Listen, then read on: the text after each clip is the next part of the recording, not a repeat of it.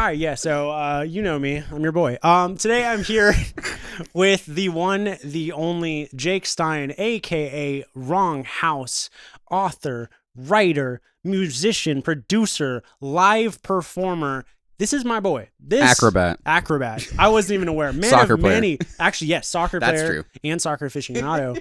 I have known Jake for a while now, and Jake was the co-producer, mixer, amazing guy to get us across the finish line for my album There's Something Better, streaming on streaming services worldwide. Check it out. Check it out.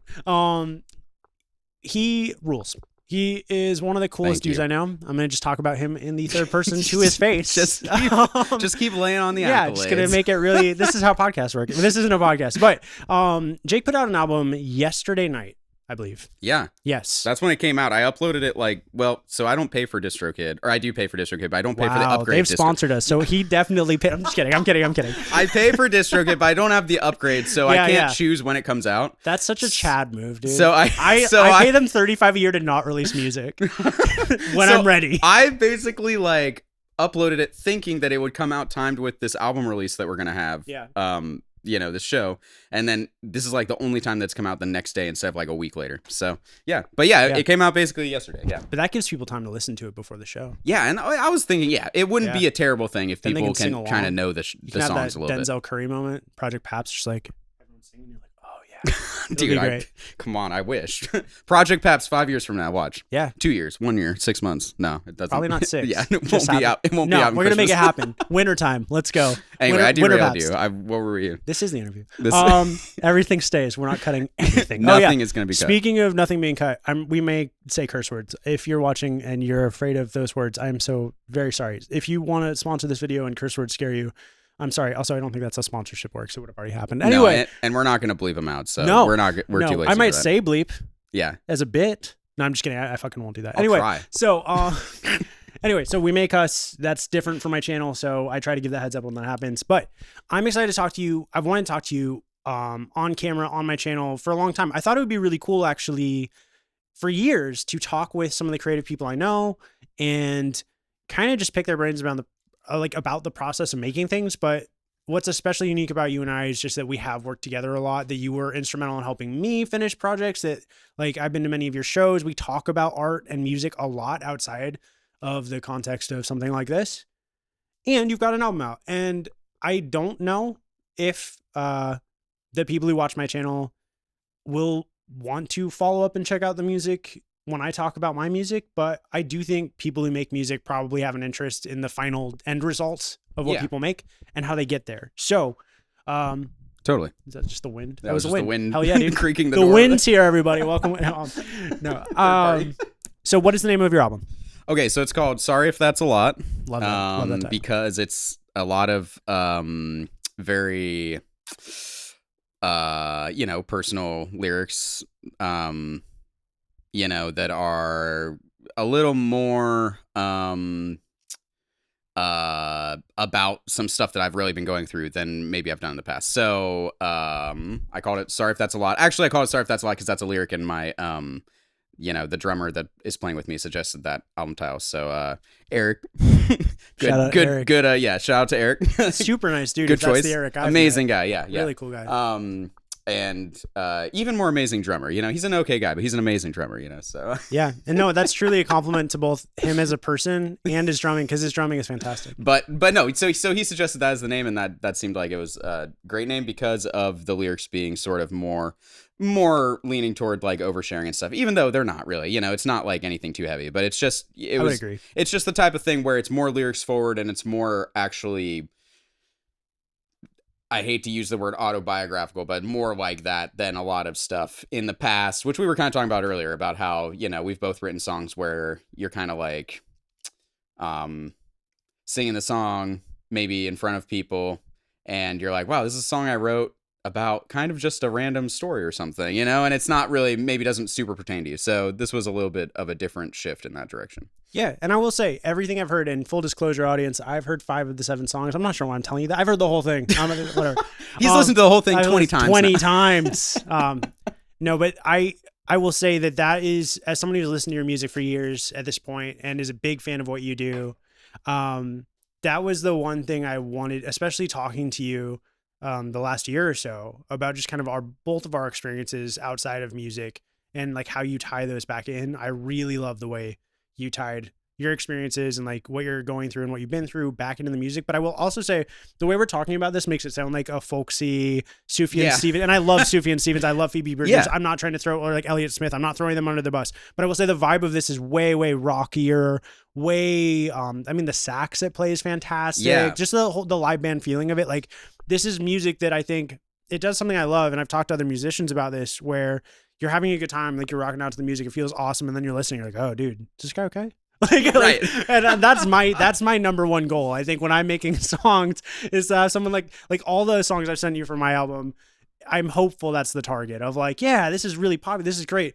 Oh no. Like, are you good, dog? No, I'm just kidding. Like, again, I don't even think, to your point, it's not nearly that level. I actually think it's a testament to, how difficult it may have been to share what you're going through that this felt like oversharing. Because I don't feel like it feels like oversharing. Well, that's nice. Okay. I think it's like totally, I think letting people into the experiences you're going through is a really important way to make a connection with people as a musician. And I think if you were worried about going too far, I don't think you did at all. It turns out if you just sort of like write things about your experience as an artist, you know, people relate to that. So I don't know, you know, it's like, who knew, dude? Yeah. Who knew? I've never really tried it before. No, no, I think that it's definitely, you know, it's sort of the title is supposed, you know, Sorry If That's a Lot is what's called. And it's supposed to be kind of poking fun at the idea of, you know, it's not like it's kind of a tongue in cheek, you know, album title. So it's not like there's anything too depressing on there. You will enjoy it. You won't be sad, you know. But if you are sad, you may also relate. I think it threads that needle really well,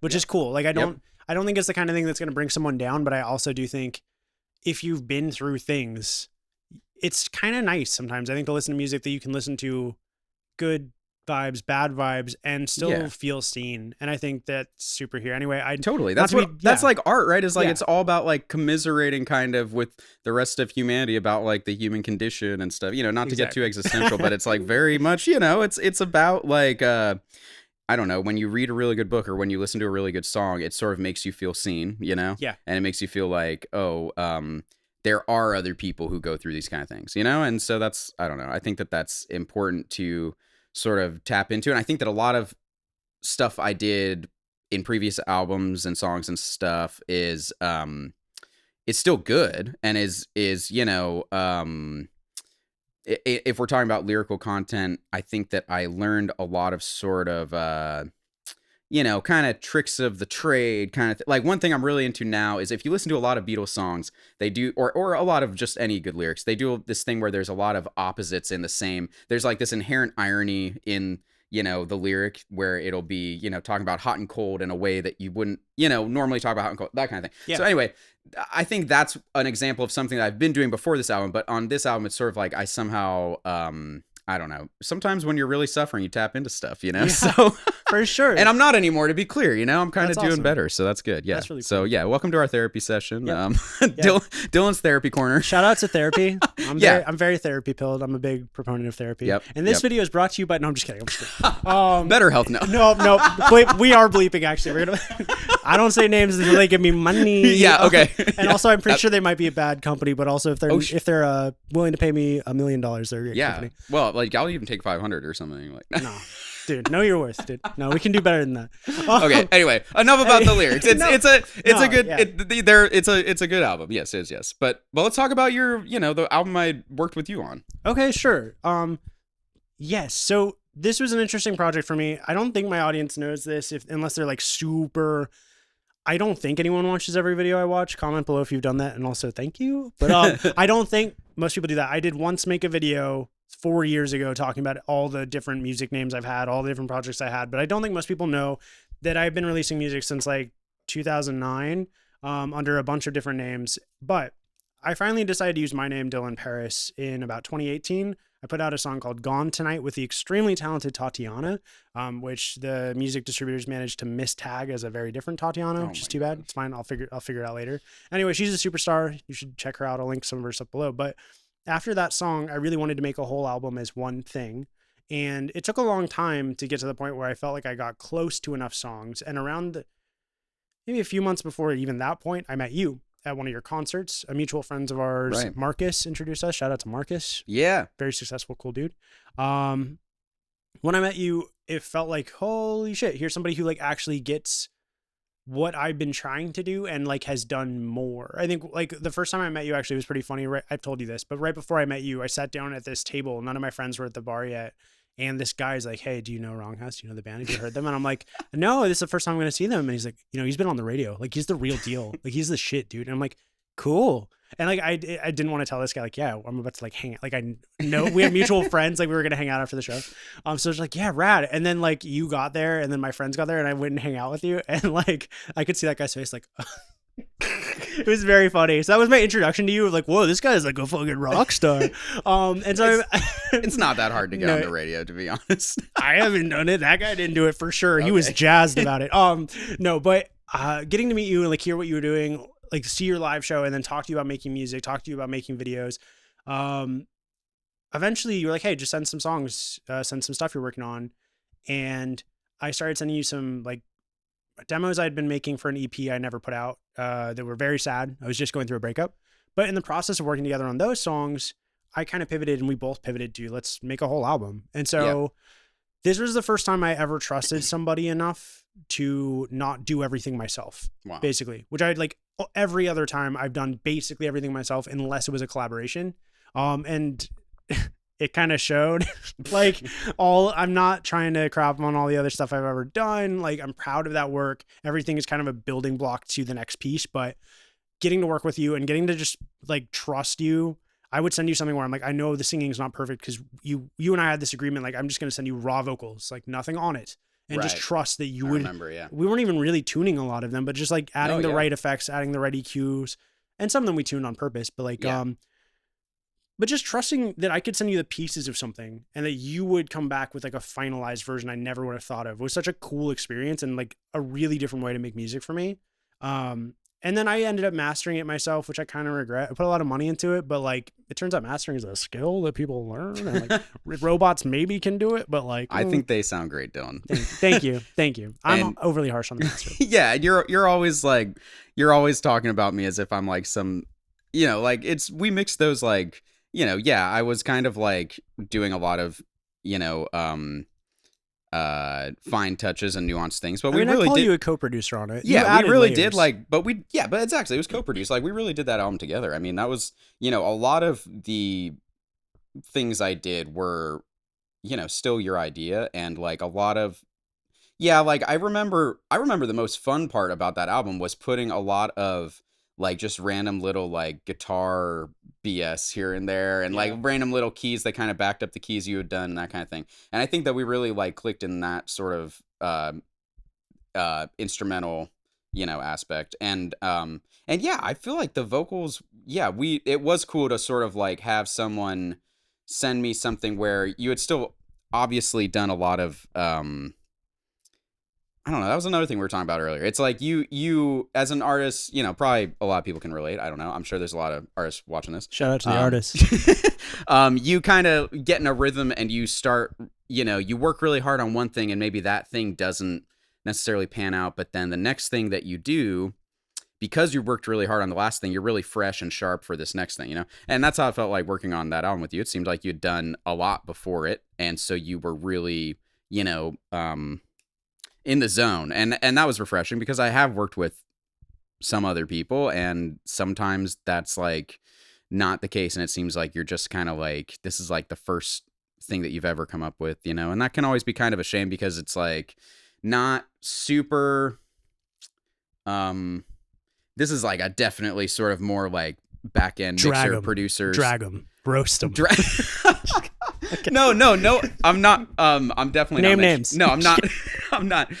Drake. Well, when I worked with Drake, no. It's more. It's like it's just a matter of it's nice to have this respect for someone when you're sending them stuff to have something that you're sending them is kind of like as far as you can take it, you know? And even if that's a first take, it's as far as you can take it because that first take might be better than the 20th take. That's kind of how it works sometimes. You know, sometimes you want it to be, but that first take was good because you've done so many other things right before that, you know? And that's like, so that was fun for me to work on that album for sure. It was a lot of, I mean, you'll just have to go listen to it. It was a lot of really fun times. You've got homework. Yeah. 2 albums. First his, and then mine. Yes, in no particular order.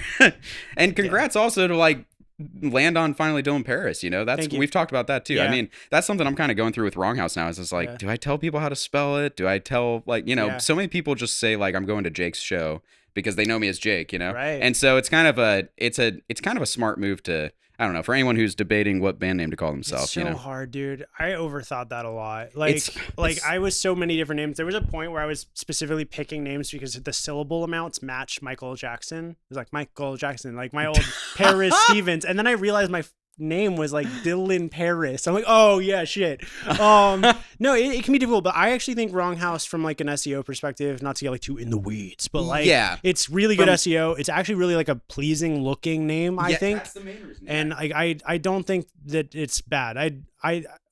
That sounds underhanded. I think it's a great name. No, I think it's like you're coming from a place like, should I worry or reconsider it? You should call yourself whatever you want, but I think you have a recognizable good name. Cool. And I actually think there's a thing. The reason I chose Dylan Paris when I chose it was it felt like the last time I could change it. It was like, no one really knows who I am. Sure. It was around like I was using that name for music before I rebranded the channel to Dylan Paris, but it was the same kind of thing. Sure. Whereas like I need to lock everything in under one umbrella. Dylan Paris is the videos, it's the music, it's whatever. There's another Dylan Paris who makes music. It's a whole thing. It's fine. I'm trying to just beat on the sheer power of success. That too. Yeah. He seems like a nice guy. I really hope he changes his name. I did it like 4 or 5 times. I'm keeping it. I need to finish this album so that I can. Anyway, no, it's fine. I think he should start a country band and they should run in with a country wave and be called something. Well, you could have the Dylan Paris tour at some point. He can open for you. You know. Yeah. Someday I might have him on. I'm just kidding. No, it's no hate. It's all love. Change your name. But anyway, I think your name's awesome. I think WRNG HAUS is a great name. I totally understand what you mean by the spelling thing. I feel like Churches must have gone through something similar, but it was still the right move. Well, that's the thing is there's so many bands that are doing that. There's a lot of bands. It's not, and there's a lot hard of bands. To just pick a name. There were so many other WRNG HAUSes that were spelled right and or correctly. So that's Right House idiots. Right. And I don't know. I think that it's one of those things where the more I just realized I'm having terrible mic techniques, so if you can't hear me throughout half this interview, we should be good. Okay. I can use techniques. Okay, and good. Science. Okay, good. It's one of those things where you just have to do what you like, and if people, what's the quote from Little Miss Sunshine? Like. Do what you like and fuck everything else. Bleep everything else, No, and so it. Yeah, that had a huge impact on me, dude. That's such a good. Yeah, it's me and my shouts out to Little Miss Sunshine. Yeah, seriously. But yeah, but it's one of those things where after after you come up with a name, you always come up with like 10 better names or 20 better names. So you came up with 10 better.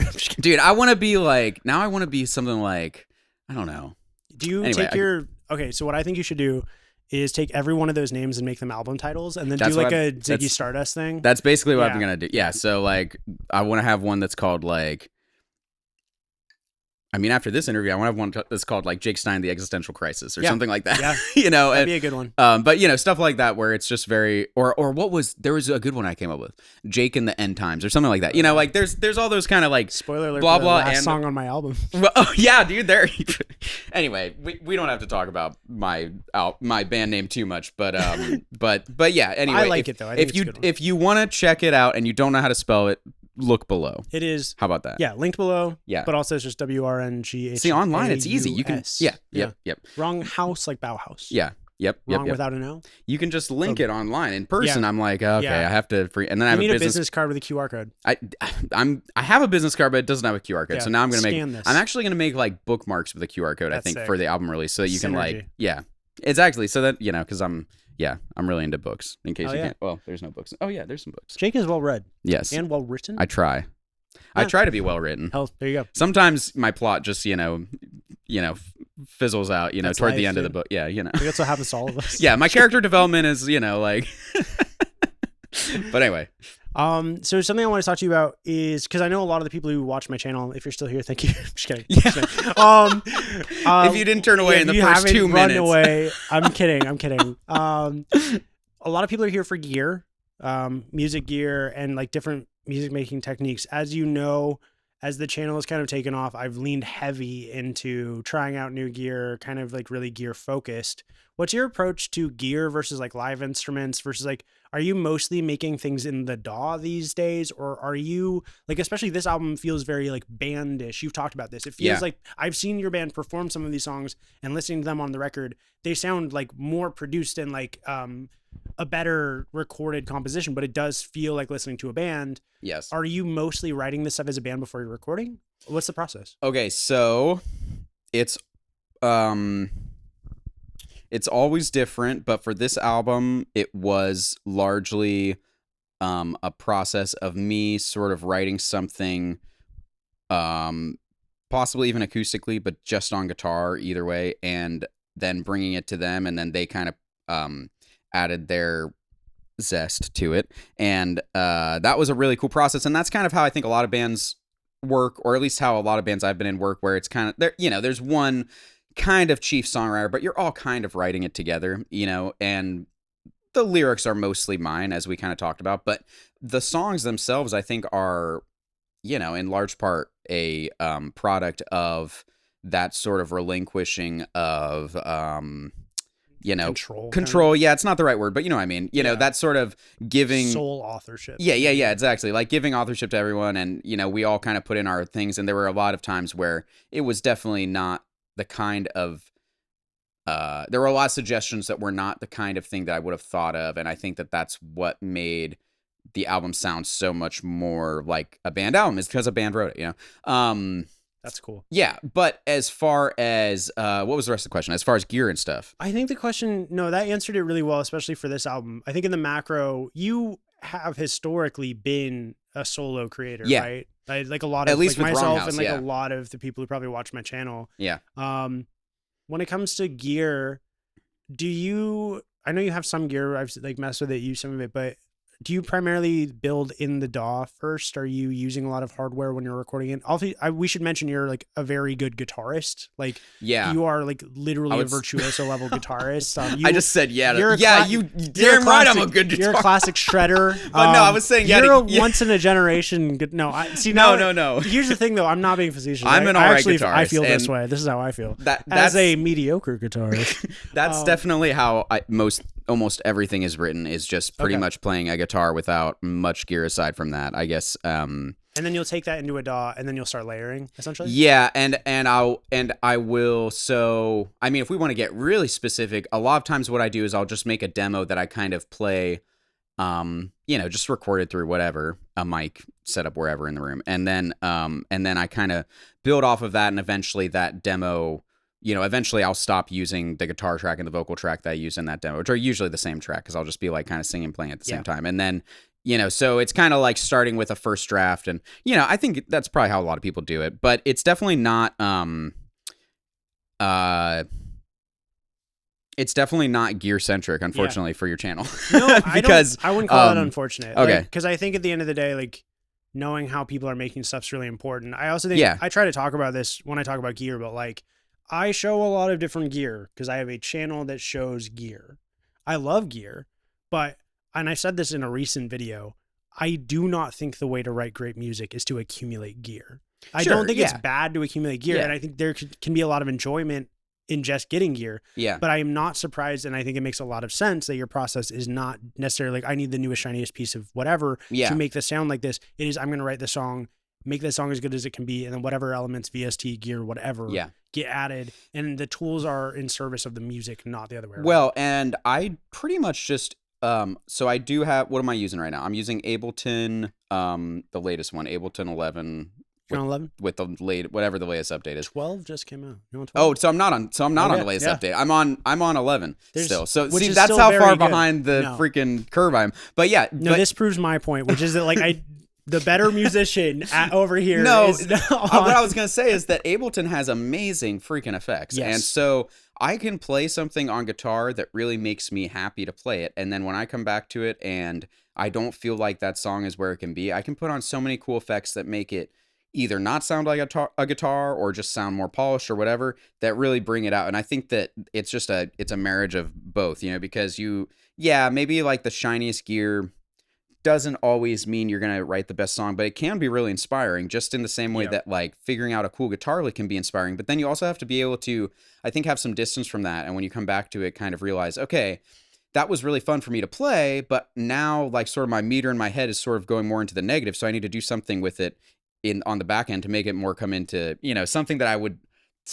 more want to listen to and not just play, you know, because there's a lot of music that I like playing that I wouldn't necessarily want to listen to all day long. There's a lot of music I listen to all day long that I wouldn't like to play, you know? Yeah. And so I think that it's totally just about like it's like, I'm sort of operating on this mode right now where like art is just like kind of this radical choice, you know, or this radical series of choices where you're just like, and radical in terms of like, you're really just only listening to what you like. And that's why distance is so important, because you have to make sure you like it and you don't just want it to, I don't know, kind of be there because it's been there since the last time you opened the file, you know? So yeah, I think that it's as much as it is about like me playing it on guitar, it's also about me messing around in Ableton. And I think Ableton's just freaking awesome. I agree. I don't think I even like use it necessarily in all the ways that, you know, a lot of people. I don't think anyone can. I think it's a lot like it's like other pieces of software that are more like cities where like anyone who tells you they know everything about it is lying to you. It's probably.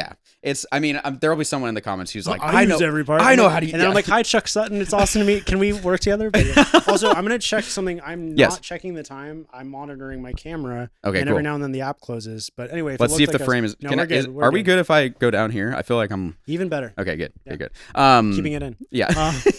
But no, that's awesome. And I think this is interesting because this is where we deviate the most as creators, I think. We've talked about this off camera, but like at some point, our mutual acquaintance friend, Robbie, who's in a band called Bathrobe, he gave me a Kai controller. It's like the APK 20 or something. It's like a loop-based controller, session view controller for Ableton. And we were just messing around with it. We released a song. We used to have a little project called Norm Lives that's probably still on SoundCloud. Nice. And the first time I ever used that controller is captured in a song we made literally 10 years ago in the summer of 2014.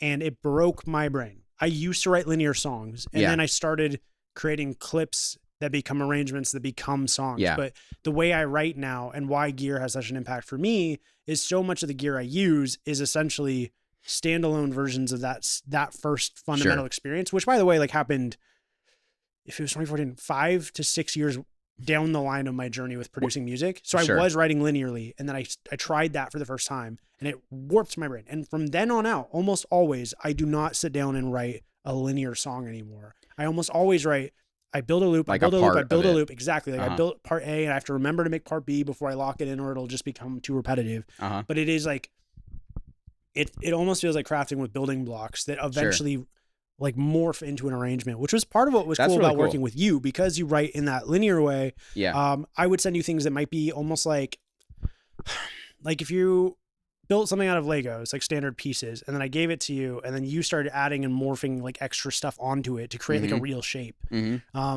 That's something I've had to like retroactively teach myself. It's something I've learned from you actually, like, and I didn't talk about this, but the album I've been working on for the last 4 years. Yeah, let's talk about that. Crazy. Yeah. So much of that process has been inspired by what I learned from you. Like when it comes to recording vocals, when it comes like how I do vocals, I just worked on a track that I showed you where I recorded the vocal line 6 times back to back to back. Yes. Which is directly inspired by like something you brought up when we were working very together. Flattered that you think that you probably would have just I'm done not that saying anyway, you dude. invented it. I don't know if anyone's ever invented anything in the last. Well, I did. I invented it. Oh, sorry. Yeah, Jake invented that technique. I invented tracking vocals. My apologies, my liege. But but I will say, like, I wouldn't have known. Like, I wouldn't have considered it. And like, having the guidance from someone I trust and seeing the end result of it, because you're like, hey, just try recording a bunch of these. I forget what song that was. I want to say it was my favorite song we did together, which was "I Want to Tell You I Miss You." Sure, yeah. which is like a also good the one. last one we worked on. Really, we Yeah. did one right after that where my heart really wasn't super in it. I won't name it. I'm just kidding. Cut that out. Future editor, cut that shit out. No, but Future me. yeah, future me. I'm gonna leave it. But no, I love every song on my album equally. They're all my children. They're all But I want to tell you I miss you. That song is my favorite song we did together. It's very Linkin Park. It's very Nine Inch Nails. It was like a puzzle that we kind of unlocked. It was the last thing I wrote on the album, which meant it was the most like emotionally and lyrically pertinent to how I was really feeling. Not that the other songs weren't, but we've talked about this. When you take a long time to write an album, sometimes you get enough distance from the songs that they don't feel like you anymore. That song really felt like me when I wrote it. And it's something that I still really relate to. But in the process of like tracking vocals on that, you're like, hey, you should do like 20 or like not 20, like 10 takes of this, build this wall of your voice, and then I'll just mess with it and like fill the space with it. And so I kind of took that to heart on one of the recent songs I've been working on this album, which has been a really long process. I promise it's a real thing. Like I've talked about this for years now. Like there's friends of the channel who will email me and tell me how things are going. Shout out to Rachel if you're watching. Hi, sorry, I will email you back. I promise. Sometimes I get in this weird zone where it's hard to like craft as heartfelt an email back as someone has sent me, but I promise it means a lot. I will. But they'll be like, hey, you still working on the album? I'm like, yeah, it's real. I promise. Like every week, but I think it'll be good. But I feel like I learned a lot from working with you and how you work and merging that with some of how I work. So where the gear comes into play for me is usually I'll make something from scratch on camera for the channel, or I will use the same sort of processes I might use on the channel in my free time. Sure. Which is usually how I build out most of the final songs. I don't usually finish songs I start on camera because those tend to be like very simple sketches. Sure. But that same process times 3 hours or whatever is how I usually build out a song using that same gear. And different pieces of gear have inspired different songs on the album, which is cool. I have this whole master plan to make a series of videos after the album's either out or ready to come out, where I basically just say like using the MPC to make a song, using the Machine Plus to make a song, and being able to show people the actual project when it started exactly, that's cool, step by step, all the way to, and now you can stream it see, on your service really of well choice. With your channel. I hope so. But like the problem is this thing has taken so long to make that like, oh, this would have been so pertinent when like the MPC Live just came out, or like when the Machine Plus was only a year old, and by the time I finish it, like there might be a 2. I don't have insider information on that. High Native Instruments, I don't know anything, but anyway. Well, there's probably a lot of people who get gear. I mean, well, I'm a different type of gear owner, but that's important. Yeah, a lot of the gear I get is like much after when it first comes out, So I think that that would still fly. I think it would still fly, and I think that speaks to the point that like, no, that was going to be too harsh. I'm going to say this thing that I know is too harsh, and it's mostly at me, and it's certainly not at you watching, but real musicians buy instruments, and like, and not always, but like that makes sense if you think about like the DX7, a synthesizer that came out like the 80s, or like a lot of the synthesizers that like true synth heads are into. Yeah, it is really cool to buy new groove boxes, but if I had a fundamental argument against my channel, it would be that, and I was talking to a coworker, actually. I was telling you about this. A coworker who watches my channel. Shout out if you're watching. That's so cool you watch. I'm not going to name your name. Just I don't want to put you on blast.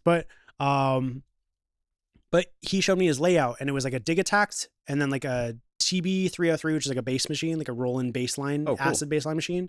And then he had a 909, which is a Roland drum machine. Yeah. And then he had a Hydrasynth Explorer Deluxe, which is like a real synthesizer, a very cool synthesizer. Cool. And then I think like one other sound generating device.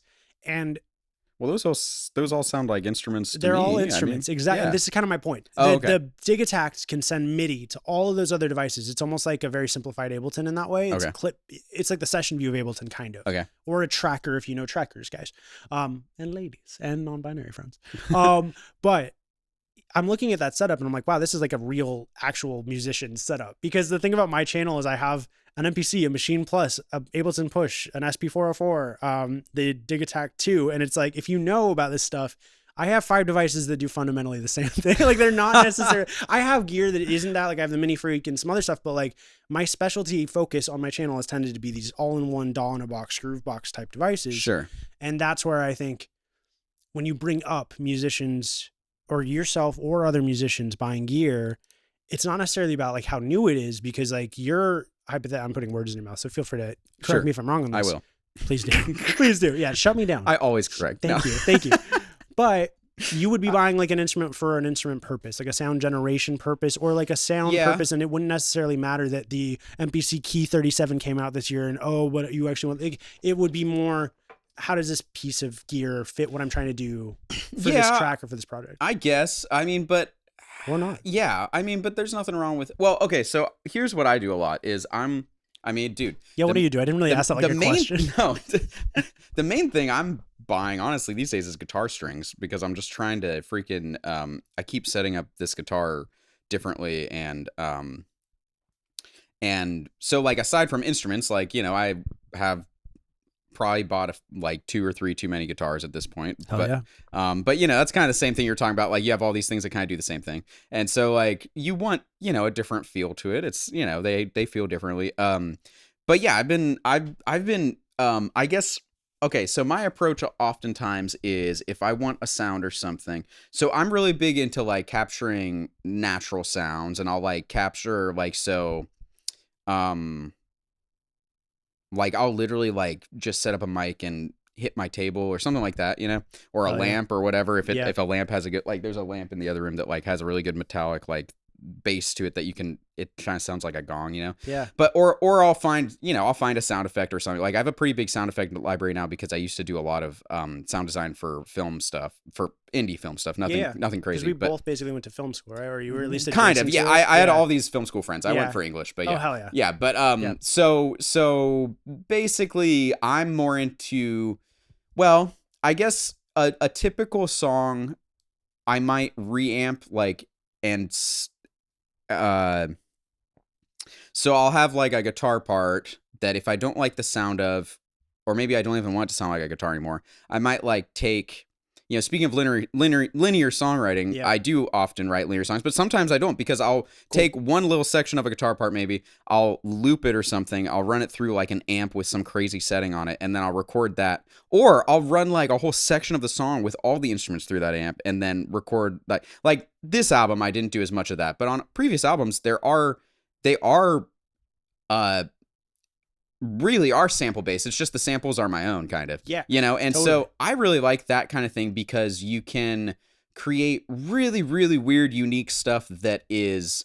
So for instance, I love having a bunch of tracks that just are routed to like one track, and then I record that, get rid of all the others, do something crazy with that track that makes me sort of want to triplicate that into other things, and then sub that to a track, and then, you know, and so it's like tons and tons of. So for instance, like you were talking about recording a bunch of different vocals, you know,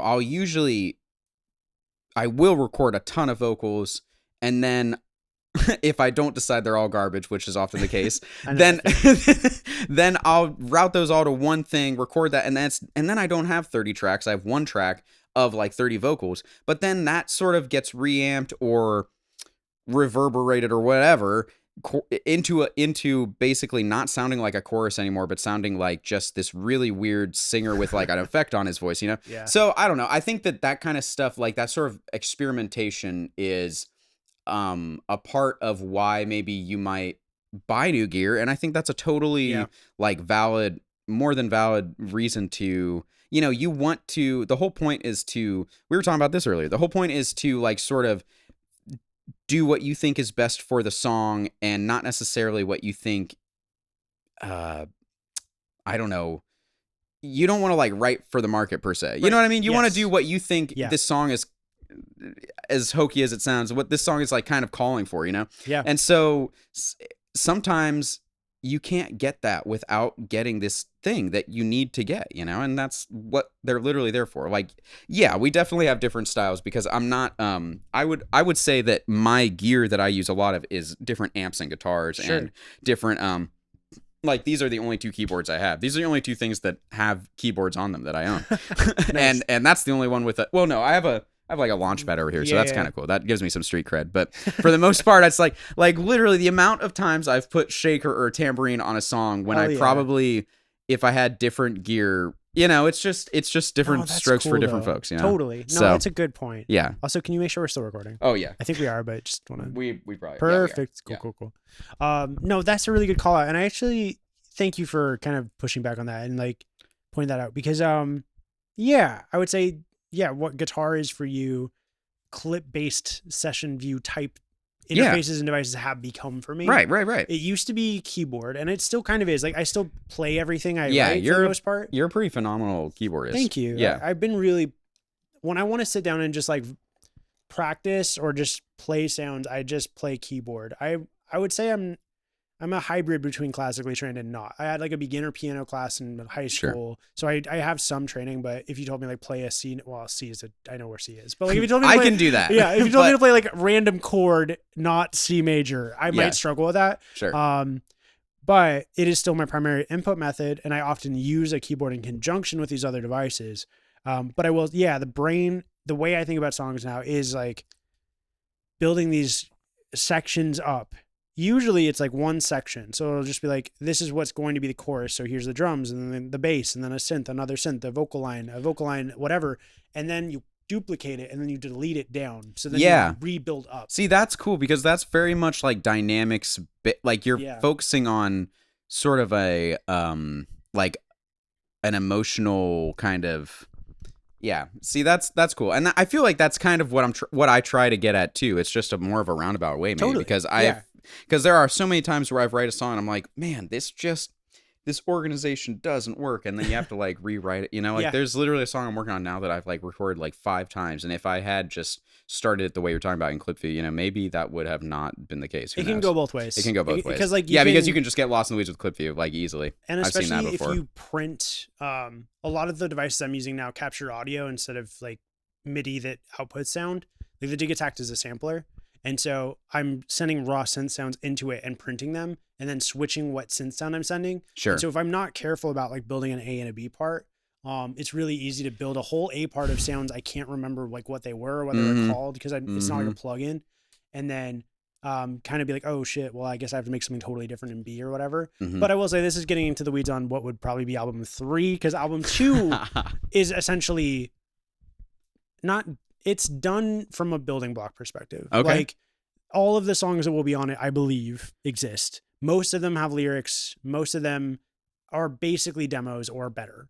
There's almost no song that is like fundamentally not like unfinished as a building block demo, which means that a lot of what I'm talking about building now is the stuff that would be in 2035. So do you have like what's left to do, like polishing it and mastering it all? And a few songs need lyrics. So like I have talked about this before, but I improvise almost all of my lyrics. Yeah, I will that's so cool. Thanks, man. Once I build the clip out, I then turn it into an arrangement, right? Because at the end of the day, almost all songs, I think every song, but I don't want to assume, but I think all songs, I'll take a stand. All songs end up as a linear exported timeline, usually. Yeah.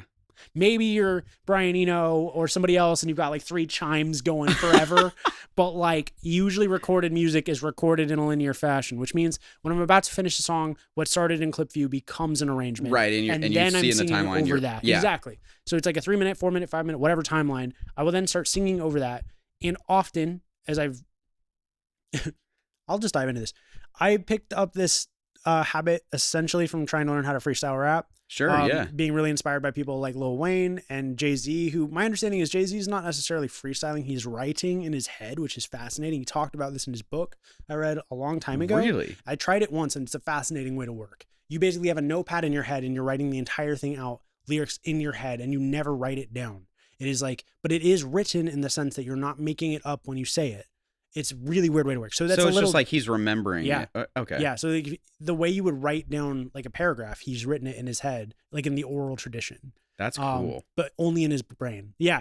So I don't quite do that, but I really wanted to be a rapper when I was younger. I have projects in the past where I've rapped. If you found them, good for you. Nice. But keep it secret, keep it safe. I don't do that as much now, but the cool thing about that is if you are able to rap like 16th note type cadence stuff, because in 2013, 14, rappy rap, like quick, like fast rap was all the rage. So I was able to do that freestyle. And then I kind of reverse engineered that to where I can now improvise lyrics on pop songs, and which is basically what I make. I would say I'm like an alt pop artist now, not like hoity toity, but like a Charlie XCX or Churches or those kind of people is kind of the direction I've been going in.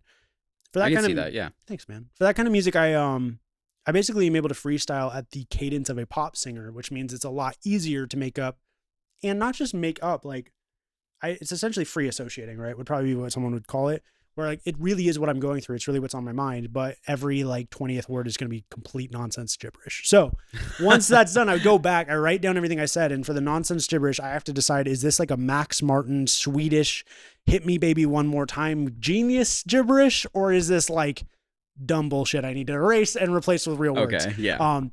I'd say it's like 20% of the time, 20 to 10% of the time. It's like, okay, that's gotta go. Or like the intro song on this album had 5 different verses and choruses, like 5 versions of this song existed on the same instrumental because I could not lock in the chorus right. It was a real chorus. I improvised and then wrote it like 4 times and I finally got it. But that process was the same thing. Just making stuff up, capturing it, writing it down, re-recording it, and now it exists. I'm not totally sure where I'm going with this, but yeah, I do. Okay, so to answer the question, basically, I would say 3 songs still need that. Most of them have already had that. And then I would say of the ones that already have finalized lyrics, probably half of them need re-recorded vocals, because I will sometimes record the lyrics in clip view, which means that when you print it into linear arrangement, you're repeating the exact same recorded chorus. Yeah. And Robbie, shout out to Robbie, who I brought up earlier, when we were in like freshman year of college, he brought up like, hey, even if you repeat the same lyrical phrase, you should always re-record like per section. You shouldn't, unless it's like a stylistic effect thing. Yeah. Don't just make people listen to the same demo recorded chorus 3 times. Like actually re-record it. And so I will go back and do that. And I tend to do that. That's part of why I did the 6 vocal layer thing. So a few of those need that. A few of those need me to go back and do the same thing I just did for Sometimes the World Will Let You Down. I was going to ask about how much you re-record your, like, even if you freestyle it the first time, is that often the one that you leave on the song, or do you? Almost never. So it's like, that's just a writing technique almost, but then you it's go a back writing technique. And then we've talked about this, but I will then try to do the final take in one go. That is still the aim for me. It's not always perfect. I forgot where I read it, but it was like, you should be able to sing your lyrics without reading them. I'm not always able to do that, but I try, like, that's part of doing the 6 passes. By the time I'm on like 2, 3, 4, 5, 6, I know all the lyrics again. I've fully got it in my brain. I don't have to look at my notes. And so I will try to single pass, but I know I was really hardcore about that when we were making There's Something Better. I'm a little less, I'm way more willing to punch in now. Like if I feel like I nailed 80% of that, I'll cut out 20 and then redo it. And then if I redid it so well that the other 80 sounds bad, I'll just redo. Like, so I would say I've really gone more in like the pop song crafting direction in that way. But to your point about like capturing live sound or like capturing things as they are, I think I'm a big proponent of like, if there was a street noise, keep it in the song. Like I've had people come over to my house and like, oh, you haven't treated this wall. Like you like, it's okay if you heard that car honking. Like, I recorded this in the city. It should sound like I was in the city. Exactly. But it's a balance. But you don't want like a huge like jet or something. You have like to be able to hear. But you want it to be like a recording is like it's like a moment in time. That's cool if something sort of happens that, I don't know, one of the songs on this album we recorded on the front porch. It's like the last song of the album, and it's not even really my song. It's like, it is a previous guitarist song who was kind enough to sort of like, even though he wrote it, we put it on the album because we kind of worked on it together. But yeah, like we recorded it on the front porch in order to get like cars passing by and stuff so that it sounds more like, that's what I'm talking about with sound design. It's so cool when you can hear like the room that something was recorded in, and that room is going to have someone coughing every now and then, or some chair creaking or whatever, you know, like that's part of the whole magic of it, No, that's sick. And also when you do all those like vocals, like if you do like, don't you feel like you're way more warmed up after that? And then when you go to do that final take, there's something about when a song really well, I guess it's like a no-brainer, but when I sing a song that is by somebody else, for some reason, oftentimes it's way easier to sing than my own songs. And I feel like the reason is because I've sang that song and heard that song so many times that I know exactly how it's going to go. Whereas with your own songs, you're still kind of like treading unknown waters for a while. And so part of doing all those backup vocals sometimes, or even main vocal, whatever you want to call them, is I think to get to that point of sort of knowing the song in and out in a way where then when you sing it, it's not even necessarily following necessarily even the same cadence that it was. It just sounds so natural, you know, because you're used and to repeatable. Yeah, Because, repeatable, like, sustainable, you know. sustainable. It's ecological. No, yeah. But I and you know that it's like I hate when people are like, I want to do this thing and then never do it. Yeah. And now to do that, I have talked for years about live performance, and I still fundamentally build these songs in a final way where I think about live performance, and that is a big part of it. Of like, if I can do the same vocal take 6 times, even if I don't feel like this anymore, I know I can perform this. Because then you know you can do it all with Exactly. Dude, I mean, you're better at that than I am, honestly. Like, so many of my songs that we play live are basically just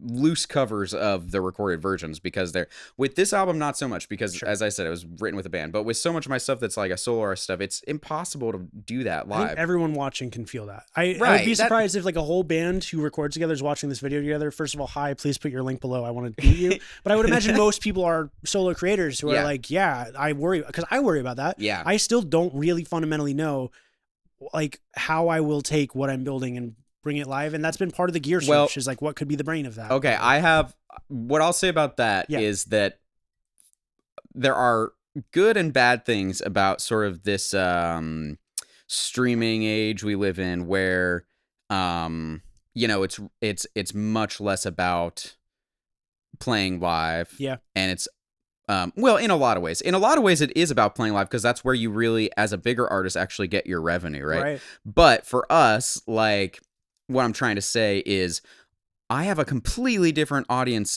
Like, my top 3 songs on Spotify, we don't play live.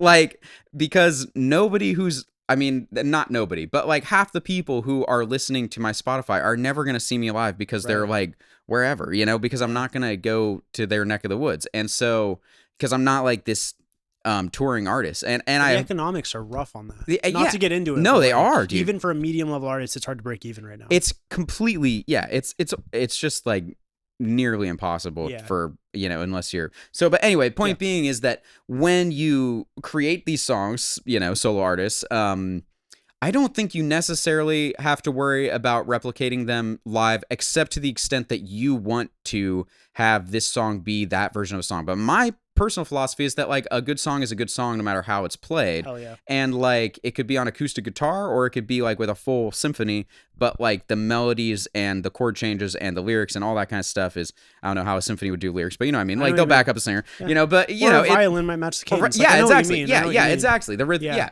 So it's one of these things where I don't think that you need to, I think it's a little sort of, I think that it is not important to, like, make sure you play a song the right way until it is, you know, because there might come a point where you have like so many fans that are waiting for you to play, you know, this song the way that they've heard it, so that they can kind of sing along and stuff. But that's just not the reality with me. Is like, the people coming to my shows are coming to my shows because they want to hear cool live music. They're not coming to my shows because they've like memorized all the lyrics to my songs and they're so into this song that they want to, you know, which is completely fair and valid and fine with me. That's how I feel about YouTube. Know? Like, I get what you mean. Like, if you're here because you love me, I really appreciate that. But I imagine a lot of people are here because they want to learn about a piece of gear, or like they want to see something in use. Like, it's not, oh, I need to see this guy do this thing. This specific. That's really good point. It's a good parallel. Okay, so there's one last thing I want to talk about, because I've kept you on this for a while. Yeah, we're running out of time, I'm not looking at time. I'm looking at the video feed. Hi, everybody. But as we wrap up the 50th minute, or the 60th set of minutes here, something you and I have talked about a lot that I don't know if I talk about enough on the channel, is how important it is to do a thing. And I know I just talked about how I am not doing live music, but I am doing YouTube and music production and all these other things I do.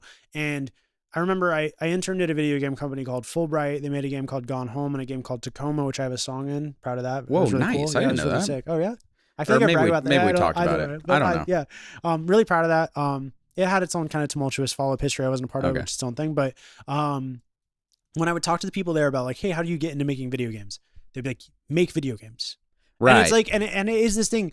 We know multiple people, and I won't even say that. I'm literally gonna cut that out. That's fair. Did I tell you I used to make video games? Oh, that's sick. Anyway, keep going. Well, I'm gonna keep the video we'll cut that thing. out too. No, I'll keep that. What I was gonna name. Cut that. I was gonna say we know people who we're frustrated about who say things like this to us, and I realize that's shitty because they're the most likely people to watch this whole interview.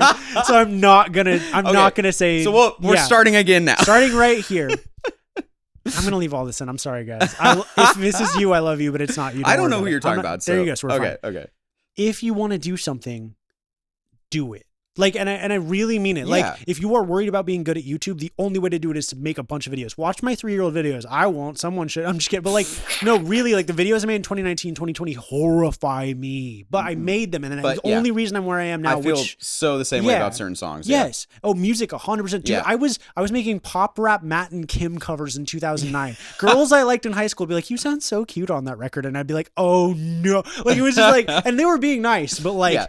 Also not what I was aiming for. Oh my gosh. And so you should hear some of the old stuff. Oh yeah, we should just send each other old music at some point. We should see if we can like remix it and make it like actually good, you know? Dude, I was so proud. I've talked to you about this, but this is where I maybe am different than the people I'm giving advice to, but I was so Kanye West of like, I'm the shit. Like I deserve to be famous. I'm already the best in the game. When I was like garbage. Like it was fine. I think I was the same way when I was garbage. We've talked about this, but like the graph of like actually good to confidence is like inverted basically. But if you are someone who is not feeling that level of confidence because you're a sane human being, or because you have had your own experiences that make it hard to try new things or you're worried about judgment, all that is fair. Those feelings are real, and you can really only negate some of that judgment feeling by practice. I had the benefit of film school, of having ideas I cherished be critiqued. I had someone be like, well, I don't think I'd be that sad if my grandma died, in reference to a character I wrote about my grandma dying. That's and I was crazy. Like, oh, like you get used to this like feedback, but that's not really my point. Is really it's the process of actually doing will make you better. It's practice makes perfect.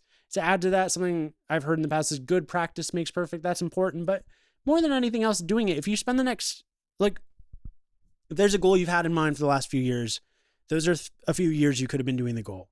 And that's not to take away from any of the difficulties that you've had or I've had. Like people have legitimate human reasons to maybe not have time or energy or whatever. But I will say anywhere you can squeeze that time. If you are a single parent working and you're like, jerk with no kids who gets to do this, I hear you. And I'm just saying if there is ever a free moment in your life and you feel like you have any fraction of the energy to give it a shot, instead of watching this show, instead of doing the thing you're doing, try making the thing and see how you feel. If you're like, I feel more tired, asshole, then like, okay, my bad. Sorry, I don't know your life. But for most people, I really do think they are not so busy that they couldn't do it. They are not so X, Y, or Z that it's literally impossible. It is this thing they built in their head. And I know this because I have this about a million things. Sure. Asking out strangers. Skydiving. Well, fuck skydiving. But, no, maybe. I don't. Yeah. No. Any skydivers. Leave your links below. To skydivers. Yeah. Am I wrong?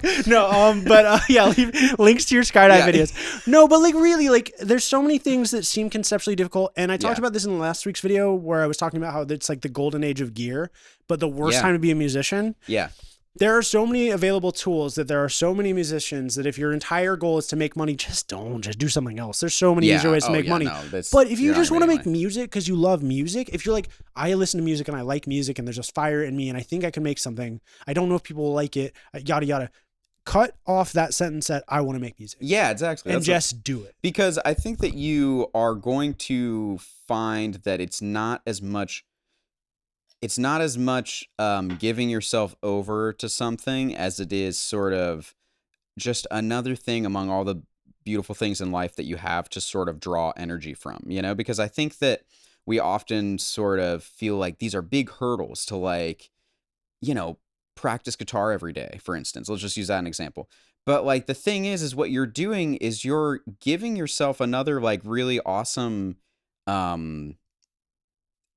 experience in your life. And like, like maybe you want to manage your expectations so that you don't, you're not expecting to become a career guitarist, but maybe you are. And if you practice every day, you will get to that level, whether, it's all about setting realistic goals. Like you'll get closer to that level than you certainly would if you don't try. Right. And it's like, if your goal is to become a good guitarist, that's attainable. If your goal is to become, the guitarist for whoever, that's maybe not as attainable. Maybe, but I am a big proponent of shooting extremely high and missing. Yeah, exactly. So as long as you can open up yourself to the possibility of knowing that what you want when you get there might be different than what you want now, I don't think it's the worst. Like, because I literally, when I was younger, was like, I'm going to be a peer of the greatest artist of all time. Yeah. I, for the record, do not think that's we all where go through am. that. Yeah. But I think it's a good mental state to be in for a bit, as long as you can soft land and not crash when you realize that's not going to happen. Yeah.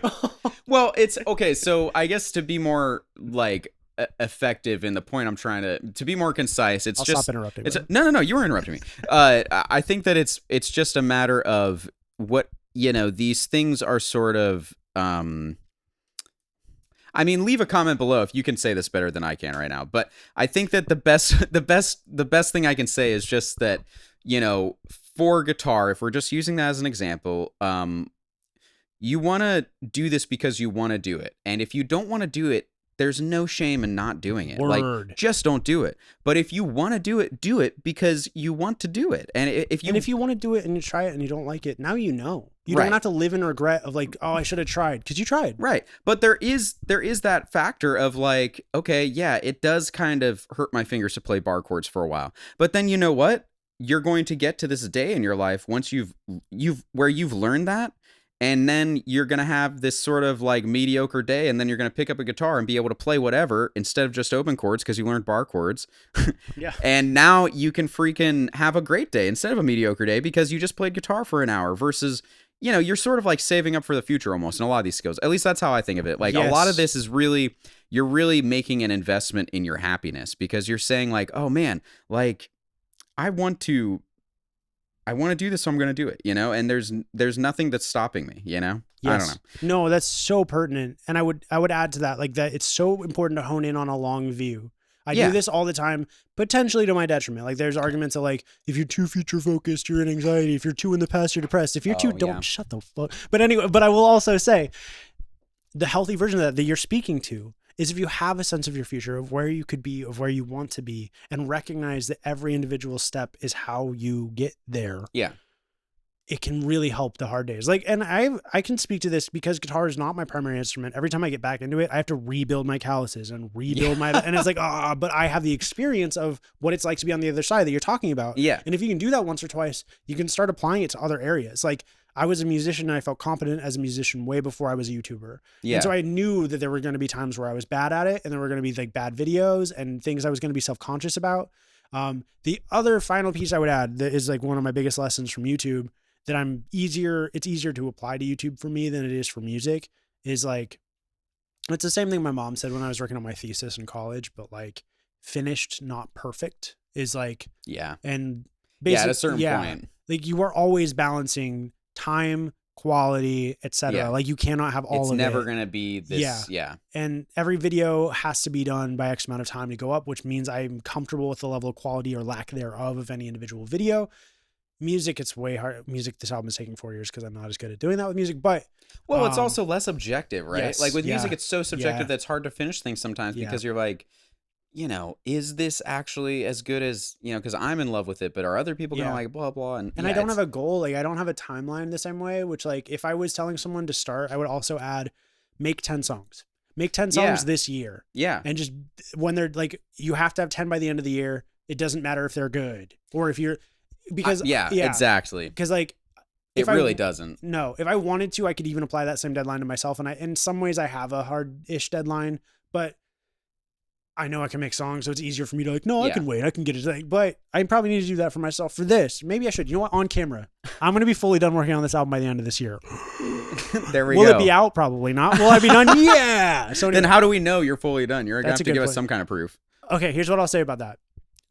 I intend to have a person master this. That's at least my current plan, which is why it's hard to have a release deadline. Sure. People keep asking me when will it be out? And that's really different than when will it be done. Yeah, that is. Because I'm trying to run it like a music label to a degree. Like I took this on with our last album we worked on together, but I was like, what would a music label do for me that I couldn't do for myself? Like what would I be doing if I had a label? Well, I would be making sure songs are mixed really well and that they're mastered properly and that there's a proper album rollout and like anything I could do. There are things labels can do I can't do, but I get all the money if I do it alone. So I'm very incentivized to do it alone. If the right label offered the right contract, to be honest, I'd consider taking it. Yeah. But part of that means that when the album is done as a finished piece of my work, there are still two crucial steps in my eyes. There's getting it mastered, either by a future version of me with a mastering hat on, or more likely by paying someone potentially a substantial amount of money, depending on how good they are and what their bona fides are, to master it properly. And then once that is done, figuring out my rollout plan. Am I going to drop it the same day? Maybe, because like realistically, I know there's not a huge audience that is sitting waiting for me to drip feed them singles, that sort of thing. There may be no trade-off between like you dropped your album yesterday, and I think that was smart. It's a great album. It's right there. People can listen to it, and you're going to play a show. Yeah. So I don't think there's a right or wrong way to do this, but I've considered a rollout plan. Like, do I want to do singles? Does it matter if no one knows who you are? I don't have the answer to that, but I will. We were once just talking about that. Yeah. We were. Yeah. So like such a can of worms to figure out. For real. And like, and at the end of the day, maybe the rollout plan isn't even one of the considerations, but when the album is done for me, it is not mastered. And so I will be done composing the album by end of year. I feel confident in that. It's August something right now, August 3rd. Yeah. Will it be out? I don't know, because I don't know if I'm going to want to try to strategize on that. I've been grateful to partner with companies like DistroKid and Native Instruments and other people where it might be kind of cool to ask Native Instruments, like, hey, that'd be really cool. Could I make a video on your channel about the song I made on your device? Yeah. As long as it felt like genuine, cool collaboration and not like selloutiness. No, if you could do that, that'd be a great promo idea. So that's where I don't know. I can't tell people it'll exactly be out this day, but I can say to the camera, to you, I will be done working on this thing from my side by the end of the year. That's awesome. Yeah. Hell yeah. Yeah. Well, that's a great way to end a video. Now I've really, hell yeah. And let me say one more thing. Please It's do. You like work at something, even if it doesn't feel like you're necessarily getting better, you are getting better, and like in years to come, it's going to be obvious like how much better you've gotten. 100%. You know? And that's something that I think can keep you going on days where you're like mixing a song or trying to use, an instrument or something, and it's like, this is just going nowhere. And it's like, well, maybe that song isn't, but you're like sort of you're more than just that song. You're more than just that piece of gear or that instrument. And you're allowed to take a break that day too. Yeah, exactly. Like once you get the ball rolling, like if it feels like things aren't going anywhere that day, by all means, give yourself a little break, come back to it. You guys are. I'm not allowed to. But sorry, I'm actually not talking about either of us. We're Sigma Grind Set Rise and Grind Alpha Boys, but for everybody else, yeah, exactly. No. Okay, and do you have an album title yet? Yeah. Okay. I've never said it on the channel or anywhere, I think. But it has cover art from the amazingly talented, I'm not going to name the name yet either, of the cover artist. But I will say the album is called Float. I don't think that's going to change. Whoa, sick. I like it. Yeah. Float. Nice. It was originally called This Can't Be It, which was pretty bleak because my last album was called There's Something Better. Dude, I was going to say This Can't Be It's kind of funny. Yeah, it was like There's Something Better. This Can't Be It. Back when it was going to come out in 22, which was like that'd be pretty horrendously disrespectful to the people in my life at the time, but also like just how I felt. But I got the cover art back and it was so beautiful that I was like, I can't call this album that. And it changed where that's part of why the album took longer to make is because I had this sadder, bleaker thing. Yeah. And there's nothing wrong with a sad, bleak album. Yeah. If that is how I had maintained, if that's how I still felt, I would have put that out in the world. But seeing that art and thinking about what I wanted to make and I think I told you about this the day I got violently food poisoned, and then Kendrick Lamar's Mr. Morale came out, and I was just sitting in bed, like barely alive, listening to Kendrick Lamar's album back to back to back, like, I've never made anything a fraction as good as this. Like, I need to touch the sky of art and creativity. And like, I'm still in the shot. But like that also, those two things of like getting the cover art back and listening to Mr. Morale, actually, which people shit on that album, but I think is one of the greatest albums of all time. Like I get why it's not as easy of a listen for people, but I will die on the hill that album is a 10 out of 10. Go fuck yourself. But I'm just kidding. But yeah, the album's called Float. The first song for now is called Living the Dream, and the last song is called It's the End Times, Honey. Nice. Both good songs. Thank you. I've heard both. You've heard every song that'll be on the album almost, and you've helped in some ways with a lot of these. Some of them, yeah. Either just by listening and giving your thoughts or actually contributing to them.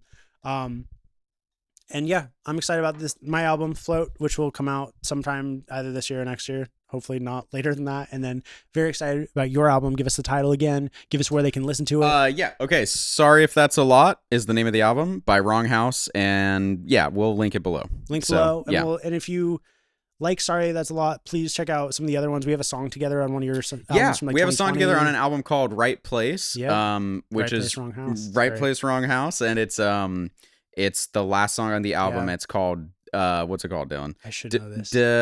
Well, that'll be in the next video. My age. It's like, I know, like, because we sang the chorus together.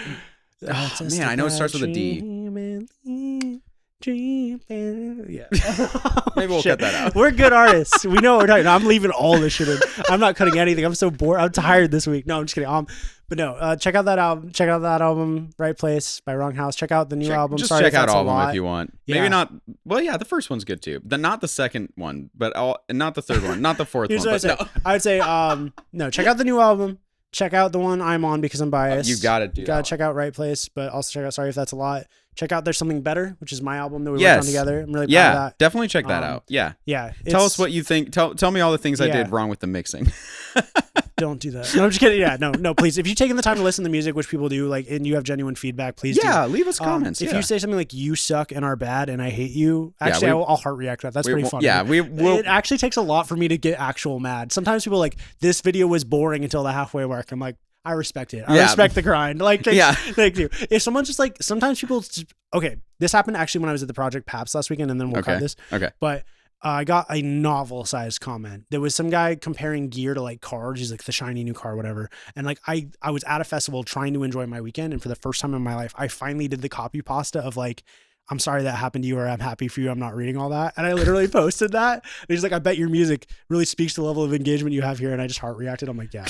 Like at a certain point, I will cut it off. But most people, good faith or bad faith, I will engage in the comments. But if you want me to read a novel and it's very clear you're just shitting on me in the video, I ain't got time for that. I'm sorry. But if you want me to read a novel because you're sharing your genuine experiences and stuff, I'm in it, dude. They're probably just projecting anyway. They probably, and honestly, they're allowed. Like, and also comments are good for engagement. So thanks, buddy. Yeah, there you go. Got a huge comment out of it. I did. But for in general, I actually genuinely love 99.99999% of the comments. Like, everyone is so cool. I'm actually very grateful in that way. That's I understand many YouTubers do a really good job on your channel of like, that's one cool thing about your channel. I always comment on other people's channels and no one ever like, I'm like, dude, I'm here saying like, dude, great video, I loved it, and they don't even like the comment. I will at least heart react to comment. Yeah, it's like, come on. I don't always have the bandwidth to write back, but I try to, and I think it would really, the channel would have to be like probably 4 to 5 times where it's at right now for me to literally not have time. Yeah, and that would be the only reason I'd stop. Yeah, I'm gonna burp. That's pretty cool.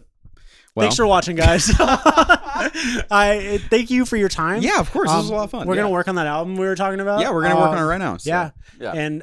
If you want to share your experiences or your own music projects, sometimes YouTube gets weird when you try to share a link in a comment. So feel free to just leave the name of your project and your album or whatever you'd like me to check out. If you want me to give some feedback, not a promise that I'll have the bandwidth, but I would love to like try to give that a shot, and we'll check out your music. If you guys like check out the stuff we've been talking about, we'll definitely check out your stuff. Please do. Yeah, actually, that would be sick. If you listen to the album and you make music, let us know what you thought of our albums, and let us know if you'd like us to check yours out too. For sure.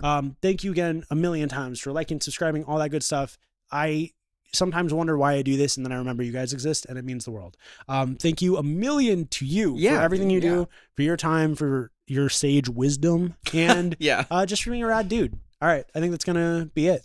Yeah, keep it sleazy, guys. Keep it real. Keep it real. Okay. Here you go. Okay, nice. Hit the button.